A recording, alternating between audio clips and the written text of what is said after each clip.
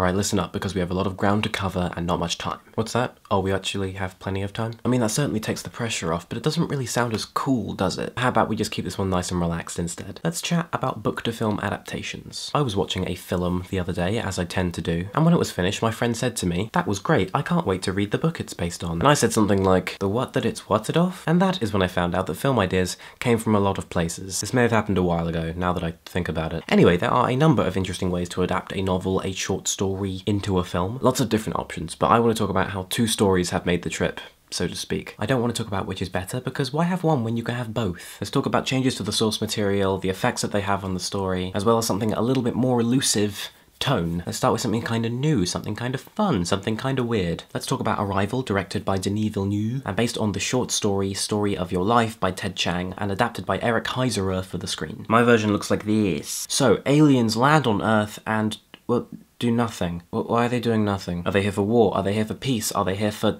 apple pie recipes? God, I hope it's not the apple pie recipes. Anyway, our lead character is Louise, a linguist enlisted by the US government to help communicate with the alien species. Both stories seem pretty similar on the surface. They keep character and events pretty consistent, but the small changes that they do make have pretty large effects. The first big change is the setting of the story itself. So in the short story, the heptapods, as they are known, don't actually land on Earth. Their ships hover in orbit around the planet itself, and they interface with the humans through like these weird little Skype devices that have materialized all around the planet. The film though, nope, bringing them right down to Earth until they are just almost touching the ground. And to communicate with them, the scientists actually go up inside the ship, although there is still a window between the humans and the aliens themselves. And these create two very different atmospheres. The short story focuses on the sense of mystery, creating questions in the reader about why something is hovering above you. The film though is not only making use of the visual medium by having it be a constant visual presence, but by going up inside the ship itself, things feel much more tense. You can't just hit end cool if something goes wrong and the thing wants to eat you. Which brings me on to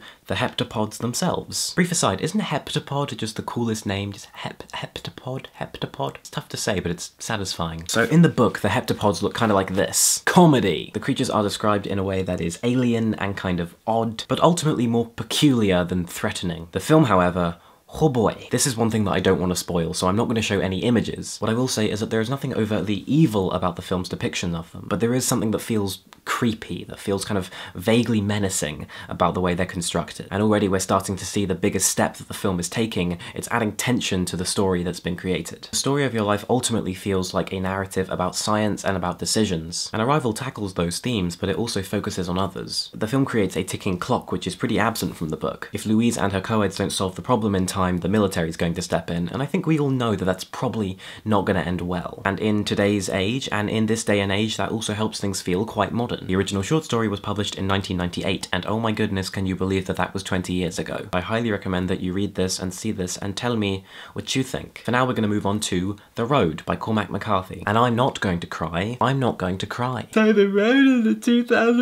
Road is a 2006 novel by Cormac McCarthy, and my version looks like this. It is a little cutesy post-apocalyptic book about survival and the nature of the human spirit. Yeah, okay. We tell the story of an unnamed man and his unnamed son just traveling what used to be the world, I guess. And there's zombies and monsters, and none of that is true. It's just looking for food, looking for water, looking for warmth and shelter. And in a book without those aforementioned post-apocalyptic threats that we're used to, I found this to be very gripping. I want to talk about structure for a second, because this is an interesting one. This book doesn't have chapters. The book will spend an entire page talking about a character looking through a box of something, or it will cover the span of a few days or weeks in a single sentence. Rather than trying to make the characters seem important to the reader, it simply gives us what's important to them. And I'm not gonna lie, it took me a while to settle into the rhythm of this, but once I did, I found it to be intensely rewarding. I also want to talk about how speech is written for a moment, because this book doesn't have speech marks. Dialogue isn't given status above action the way that it is in a lot of novels. Did you have any friends?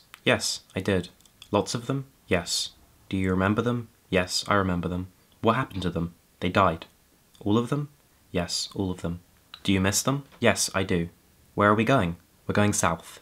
Okay, that is the equivalent of a chapter, and it's raw and it's pure function, and it's characters who are far more focused on survival than on the way that their words are sounding. And the book strips down things to make that perfectly clear. The film is interesting, and I liked it. Directed by John Hillcoat and adapted by Joe Penhall, and are those not just the coolest last names that you ever did here. The first change that I want to talk about is less of a change and more of an interpretation, I guess. My reading of The Man and His Son was far less emotional, I guess far more bleak, than the film's depiction of them. And yes, the film certainly is bleak, but our two central leads are quite emotional, they're quite emotive. And while most of their dialogue is taken word for word from the book, the intonation at which they speak it is very different. What I really did appreciate is that the film also doesn't concern itself with the reasons behind the apocalypse. You know, in the words of Mad Max, who killed the world? We never really find out. And I won't spoil it, but while the film's ending does mirror the books, it seems a little bit more clear about how the events end up that way. I think to say that I had a good time with this would be kind of inaccurate, but I also hadn't read a serious book in a very long time, and so that was enjoyable. And last but not least, we have No Country for Old Men. What? No Country for Old Men, also by Cormac McCarthy. And this book is I Don't Actually Know. I just started, I'm a big fan of the film, I guess I call myself a fan of the author now, and so I guess I'm going to see how the book holds up. I would highly encourage you to do the same, or to check out any of the books that I just covered, and see what kind of changes you spot in the adaptations and how those changes make you feel. For Book Break, I have been SuperSamStuff. You can like, comment, subscribe, etc. And I guess, happy reading. Bye.